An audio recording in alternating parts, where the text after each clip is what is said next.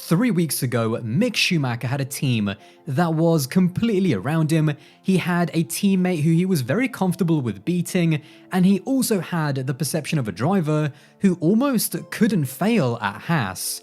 Fast forward just a few weeks later, and not only does the team look very different, but with K-Mag's exceptional performance in just his very first race back, this now puts a huge amount of pressure on the shoulders of Mick Schumacher, and it also now poses the interesting question of, can Schumacher up his game to be on the level of Magnussen, and is he really as good as some people thought he is? I think it's fair to say that Mick Schumacher in his very first season actually had a fairly comfortable ride. Yes, the car was a backmarker, but that only really lowered the expectations, and then relative to his teammate, he almost couldn't have done more. Over a race distance, it was always going to be difficult to get a result out of the Haas, but even in qualifying, on average Mick was 9/10 clear of Mazepin, which quite frankly tells you everything you needed to know. What's quite interesting, however, is that coming into this season, I would have expected nothing less. I still would have expected Mick to comfortably beat Mazepin and be the leader of the team, and I think those two things combined would have only increased the perception of Mick in F1 in his second year. However, now 2022 is a whole different prospect. Even though K-Mag was better prepared than say someone like Hulkenberg, as he did get to do a proper test program in Bahrain, Mick shouldn't have let Magnussen do what he did. In qualifying, K-Mag outqualified Mick by just over half a second. That's a big statement right off the bat, and as far as the race, neither Mick nor the team gave too much away in terms of why he missed out of the points, but he did say that the contact with Esteban Ocon on lap 1 potentially damaged his car and at the very least ruined his tyres early on. However, that performance by both drivers does spring up some interesting questions. K-Mag, who was technically dropped for both Mick and Nikita, with him having such a strong result in the car and with Mick not exactly being close, I think it does call into question just how much is Mick able to extract out of the car, and also on a bit of a tangent, it does make me wonder if K-Mag was in the Haas last year, could he have gotten a better result and maybe even scored some points? I'm not saying yes or no because I think the 2021 car was just bad full stop, but I'd be lying if after the first race, I didn't have those thoughts in my mind. I also don't want to make it sound like now the entire season for these two drivers is already written off the back of literally just the first race. I mean, for all we know, next time out in Jeddah, it will be Mick scoring points and maybe K-Mag getting outperformed. But either way for Mick, this is going to be a huge wake-up call, and now we're going to see how good he really is up against a proven driver. In terms of what Mick's future in F1 will be, it still isn't clear because it's still hard to know and kind of gauge the caliber of driver that he is after 1 year in Formula 1. I think Mick is definitely a competent enough driver with a decent amount of potential. I mean, after 2021, I didn't want to make him out as some kind of future world champion or something after beating Mazepin.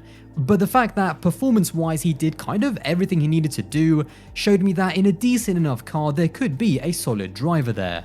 We all know that Mick has Ferrari in his sights at some stage, certainly Formula 1, the Tifosi, and I'm sure Ferrari themselves would love to see the Schumacher name back at the Scuderia, but there is still a long way to go.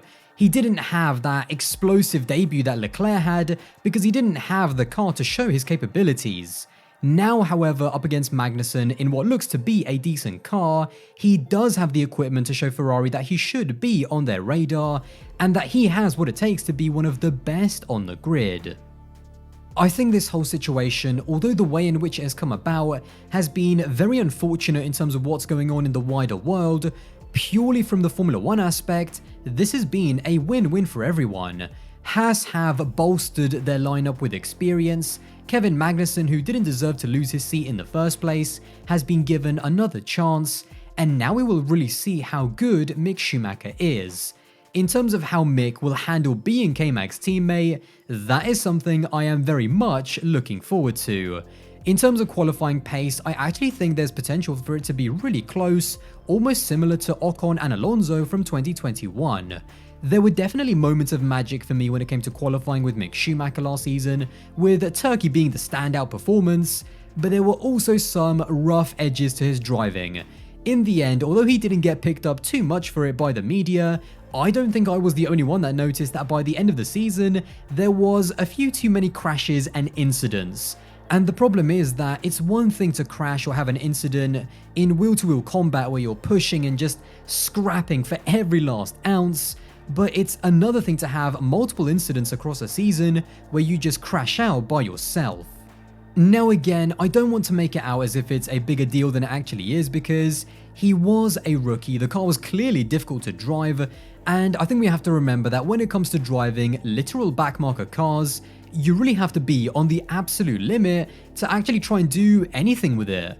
But now he's got a car which clearly looks a lot more stable, and he's no longer a rookie, so he has to cut out those mistakes.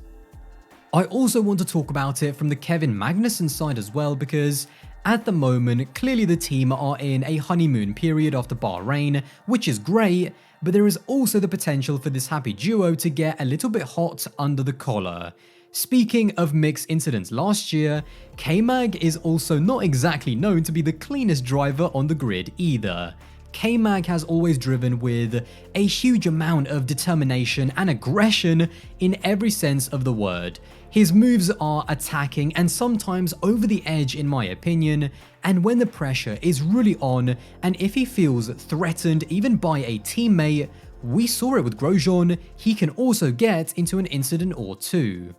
What I'm interested is in seeing if those same kind of incidents will return if K-Mag feels threatened by Mick. What happened between Romain Grosjean and Kevin Magnussen in 2018, 2019 and 2020 is that because Haas were on the decline, both teammates felt that their position at the team wasn't safe.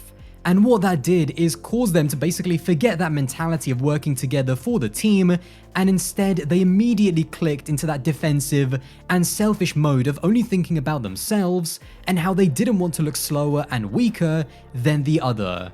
Now, what I'm so intrigued to see in 2022 is if those same emotions will spring back up in K-Mag, especially in big pressure situations where Mick might be faster. The difference now is of course that the car is better, the team is also not on the back foot, and he also now has a 2-year contract, so luckily his future isn't in doubt.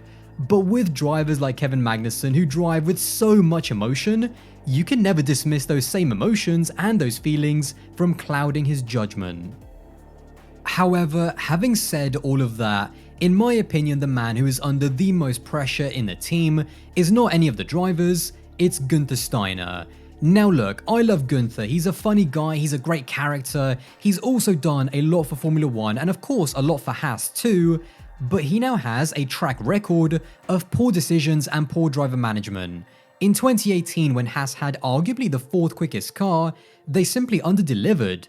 In 2019, he completely failed to control both of his drivers on multiple occasions. In 2020, that kind of calmed down a little bit, although when you fire both of your drivers, that's not exactly a good look. And then 2021 was an absolute disaster in driver management, and it's as simple as that. He now has the chance to make things right.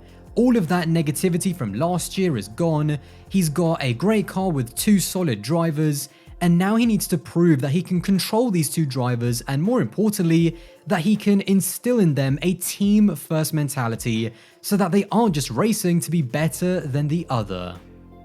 Coming back to Mick, however, I am so interested and so excited to see how he'll deal with this situation and how he'll come out of it at the end of the season. The truth is that his name will buy him time in F1 even if he starts getting exposed, but I do think that even forgetting the Schumacher name, I believe there's a good driver there. Having said that, however, Bahrain was a dose of reality for Mick, and it's time to see if he'll rise to the occasion and prove his worth and potential, or crumble under the pressure. Well, there you have it, another video wrapped up. Don't forget to let me know all of your thoughts in the comments box below, and if you did enjoy this video then don't forget to give it a like and also subscribe to the channel, that would be greatly appreciated, and I'll see you in the next one.